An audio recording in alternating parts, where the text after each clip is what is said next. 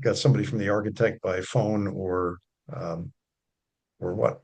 Yeah, we do. So the Okay, 413 number is Tim Ayu from Tecton. sure. Hello, Tim, if you can hear us, you're on.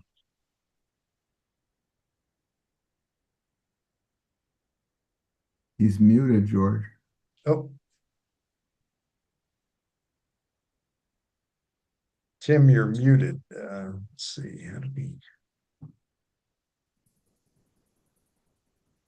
There we go. There he goes. Can you Yeah. hear me now? Yep, we Yep. can hear you, Tim. Sorry about that. I IT upgraded my computer to Windows 11 earlier today. I'm having all sorts of connectivity issues to Zoom right now. I had to call in. Sure. Well, you're good, Tim, if you want to give us your upgrade and we can go from there. So, yeah, we have a really brief update, same as the last meeting. We're continuing working with Gilbane to process all the closeout documentation for the project and close out open punch list items.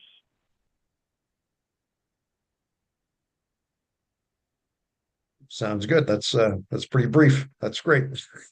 Any questions for Tim from anybody? No, thanks for the update, Tim. Zach, I guess it's up to you. Yeah. Also, a relatively brief update, just to piggyback off of Tim right now. So for closeout documentation, we've received from our subcontractors plus or minus 85% of all closeout documents at this point, including attic stock, warranties, as-built, etc. So just working on getting the final 15% from our subs and submitting that to Tim and the rest of the design team for review and approval. Regarding activities happening on site, the cell booster is now successfully online and operational at Neck River School. So if any of you guys get the chance to stop by the campus, that you'll notice that the cell service is greatly improved since the DAS system, antenna system is now online, which is an awesome milestone. And again, that one across the finish line this September.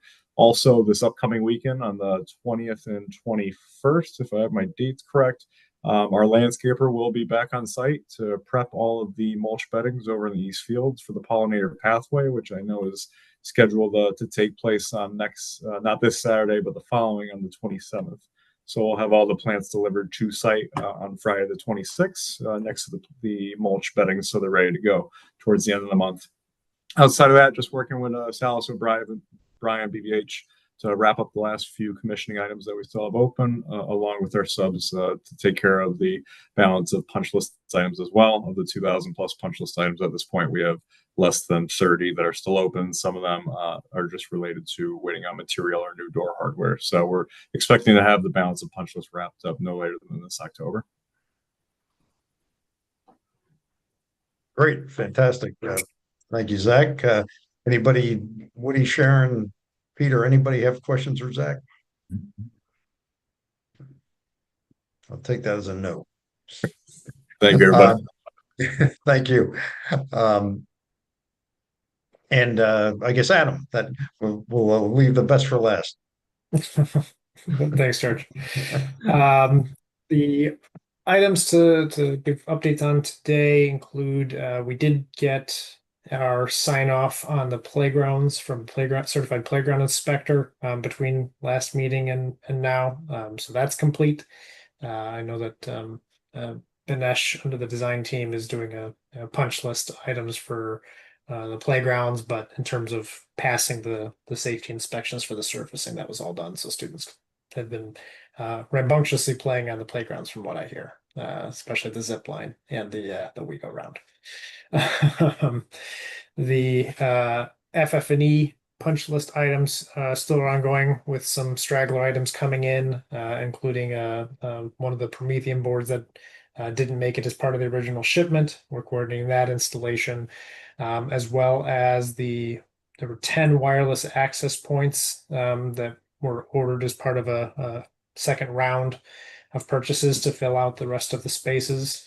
We finally got the mounts, the last set of mounts for those, I believe it was yesterday. So those have been conveyed now to the IT installer, and we're coordinating that installation as well, looking to target next week, potentially, just coordinating with the school when they can get out there.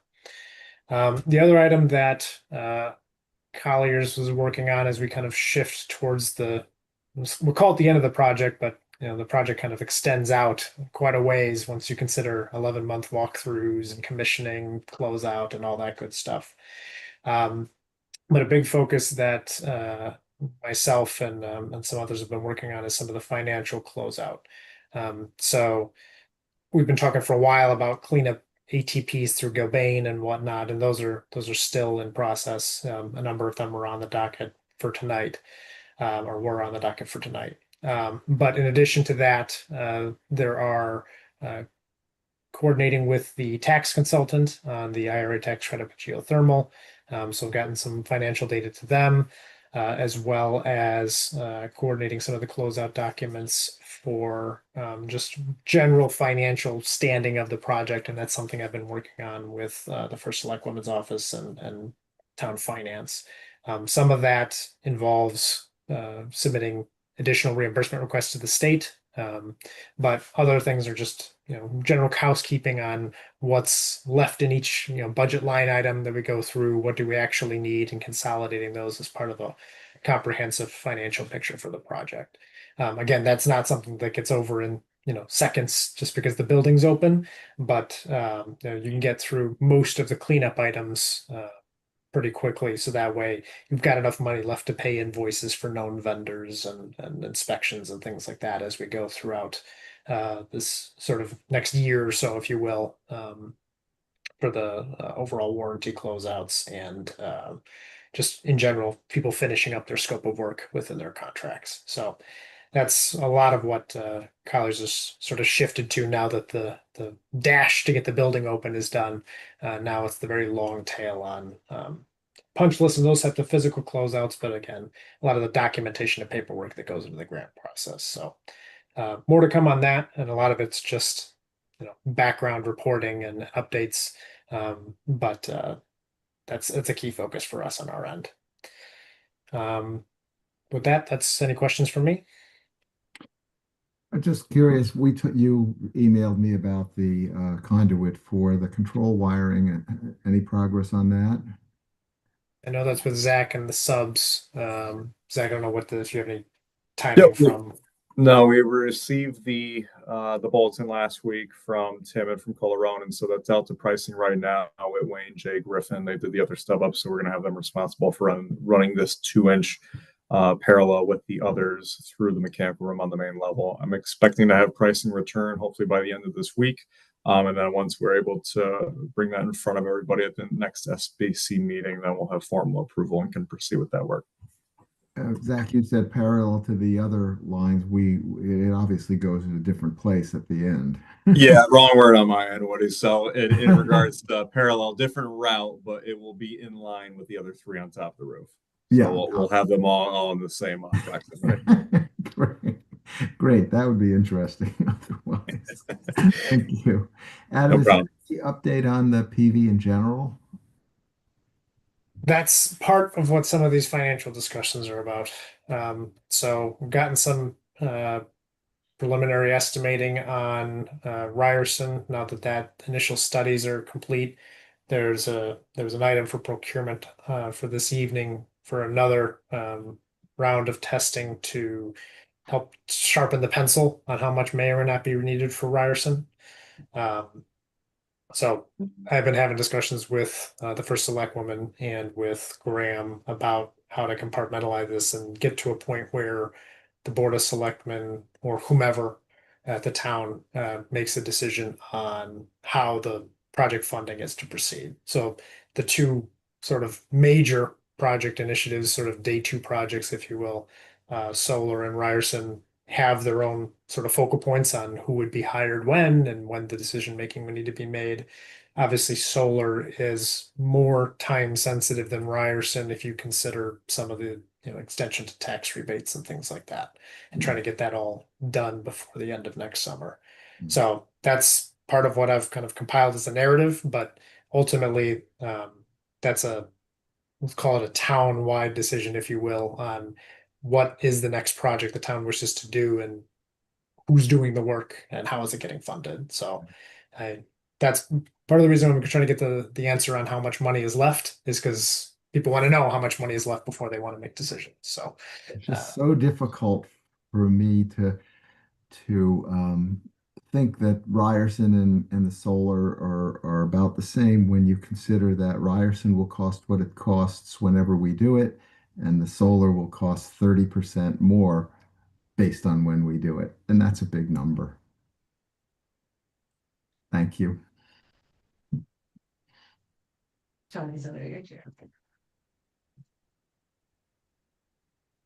All right, well, I guess, any other questions for Adam? I have a question, but not necessarily for Adam, and probably for Peter. How has the pickup been going? At our first day of school, it was pretty bad. Is it still bad, or? It's gotten quite a bit better. There was a little bit of there was a little bit of a change in now that everybody exits the building must take a right turn. There's no more left turns. That helped. Also, every single parent trying to get a picture of their kid coming out of school has ended, so that's also helped. So I mean, it was the new school, it was the new kids coming to school, it was the parents, it was the left and right turn, narrow road, new bus pickup, new system. They've got it pretty well worked out. It's probably guessing it's about 20 to 25% more efficient than it was during the first day of school, which is pretty significant. It's not any different or worse than what the cops road pickup is. There's just more people in the building at this point. Great, thank you. So yeah, speaking to the security team, I believe they clocked the first day at 34 minutes, and they actually got that down to 20 minutes last week. So pretty notable improvement in just 2 weeks. That's great. All right, I guess since we don't have a quorum, Adam, I guess we're gonna have to dispense with any approval of minutes or anything like that, or ATPs or any of that stuff. So will that wait for a couple weeks till we reconvene? yeah, I might reach out and try to solicit even if it's a short interim meeting, just because there's invoices on there. Sure. Some that want to get paid to vendors, as well as just keeping the flow moving on some of these ATPs, because goal is to keep churning out as many as we can to get closed out. And I think the next meeting is not for 3 weeks because we're at Right. a longer. Tina is on, so we might have a quorum. Oh, there we go.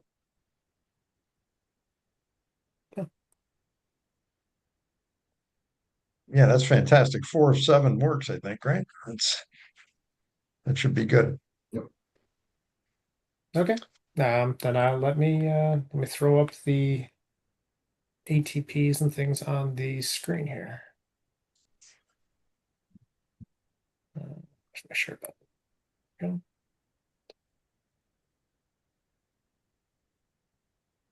Okay, perfect. So as usual, we'll start with the Gilbane items, and then we can move to that Langen item I mentioned. So 6 ATPs signed and ready to go for this evening from Gilbane. I'm starting off with a credit, ATP 108, credit in the amount of $1,197. This was a change that was identified in the field for switching from one type of grout to another, so that the subcontractor didn't have to spend a lot of time mixing grout, and so they credited 12 man hours for that back to the owner. And Tecton reviewed the change in product, so there was no issues there. It was equivalent to just literally not having to mix it. So that was ATP 108. ATP 109, again, a credit for $949. There were 2 site poles and fixtures that were not needed near the front of the entrance. So looking at it with Tecton, they were able to eliminate some of the work involved with installing those and transferring over the poles as attic stock, because those couldn't be returned as credit.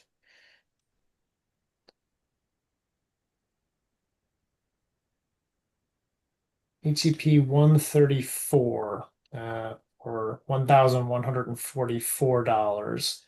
These are at the 6 doors near the main entrance hallway in between the doors of the media center, separating the media center from that main entrance hallway and the open area to the cafeteria below.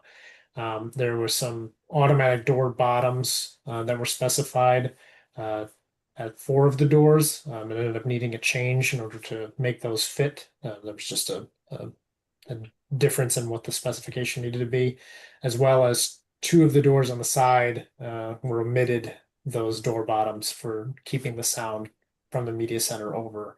I'm sorry, keeping the sound from the hallway and the cafeteria from the media center.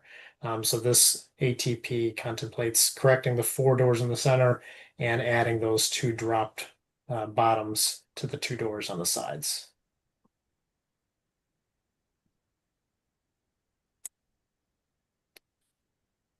ATP 135 for a total of $25,271.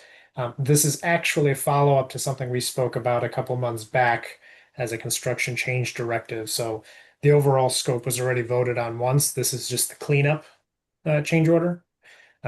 So the approval under CCD 3 was for 25,000 for the additional power and data revisions that were done throughout the building. A number of them in the main office, some of them over by some of the other back rooms and whatnot to facilitate additional furniture hookups. There were several more copiers brought over to the building, so there was power and data added in a couple spots. So this is, like I said, the cleanup ATP for that, where all the time and materials were tracked for that installation, and it aligned with that general motion of $25,000 in trade costs that was first reviewed.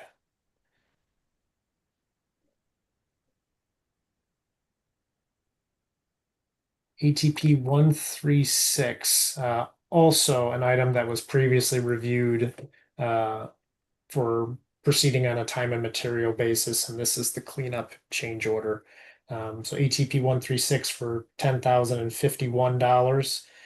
This is for the milling and paving work on Mungertown Road, where a portion of the repaving was for the full width, but the design documents didn't call for full width for the entire extent. So this is to fill the difference between that strip of paving and having the entire lane paved. So again, this was previously reviewed. This is just the cleanup change order now that all the tickets are done and signed and the work is complete.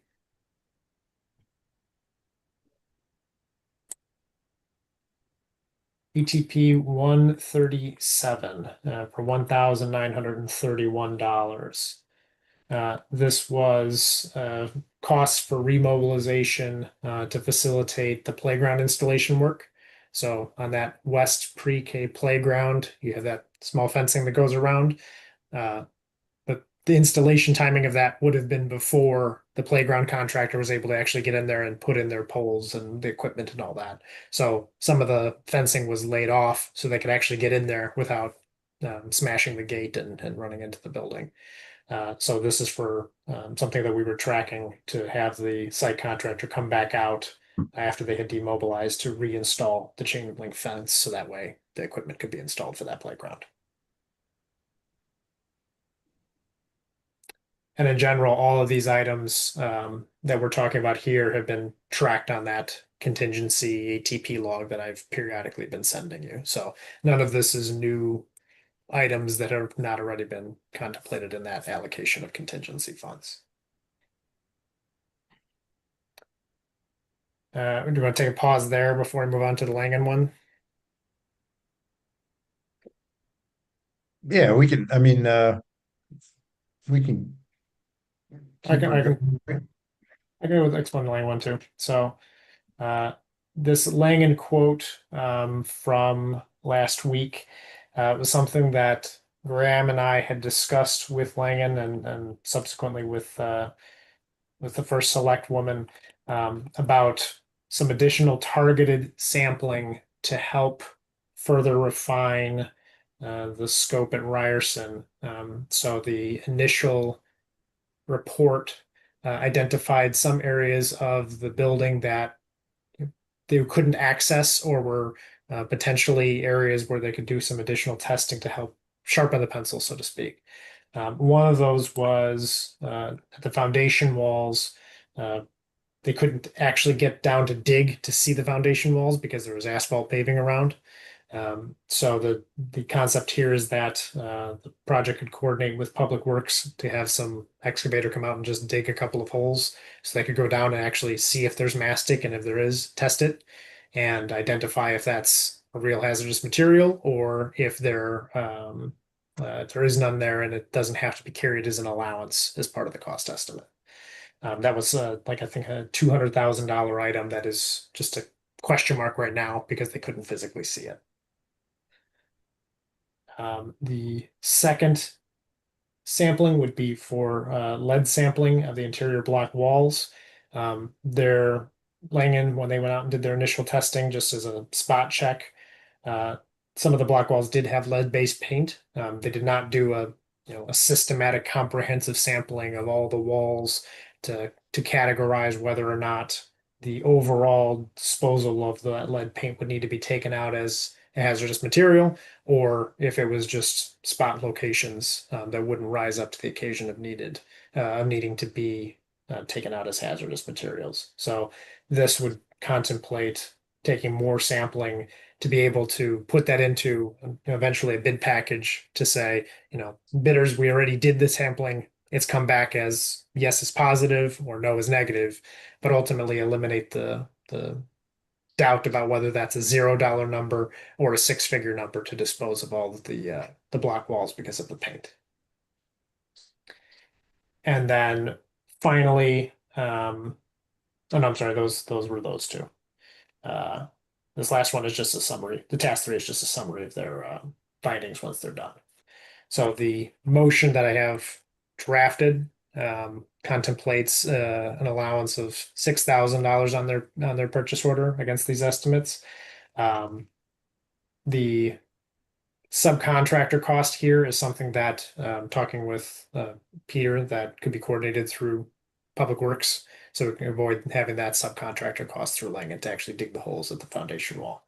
But the $6,000 allowance would contemplate their fee and their reimbursables to do the work here.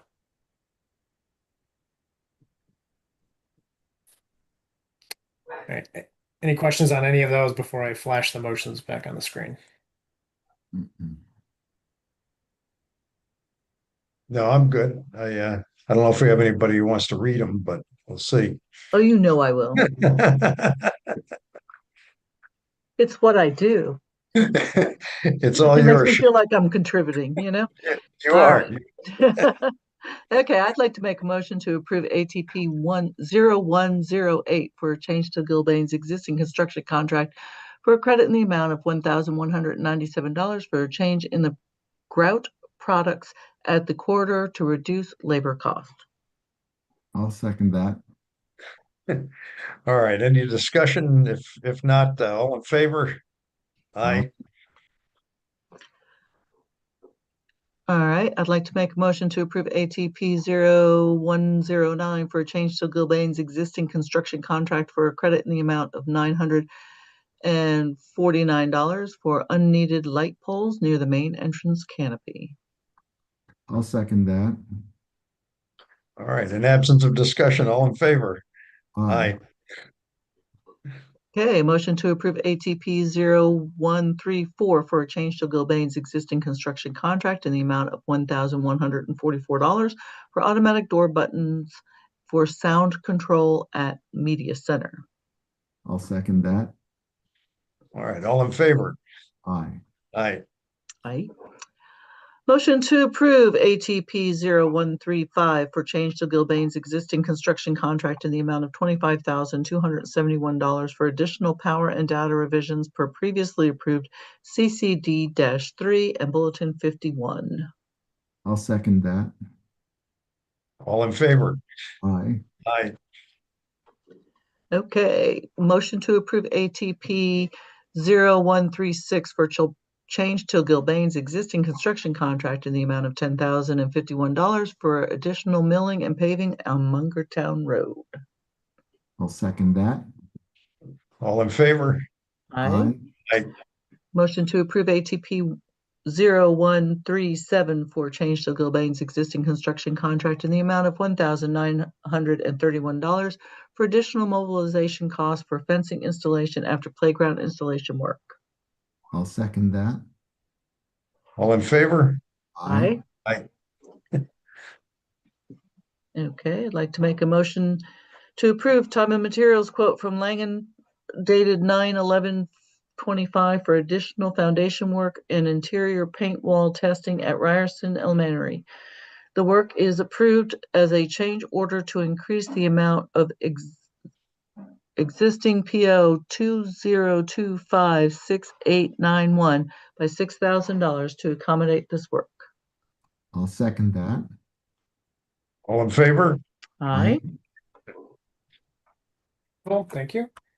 And then the next agenda topic for the invoice packet, monthly invoices from BVH and Colliers, as well as another invoice from Langen for their initial work on the Ryerson Hazmat study. I suspect there might be one more for one of their subcontractors that needed a bill, so we'll still see another bill for that one. 2 bills from Presidio, who provided the wireless access points, now that they've been delivered. Trasig, our playground inspection, now that that was completed. WB Meyer for some moving activities. I believe that was actually the installation of the AEDs and the flags that we previously approved. And then pay application number 18 from Gilbane for a total of just over $559,000.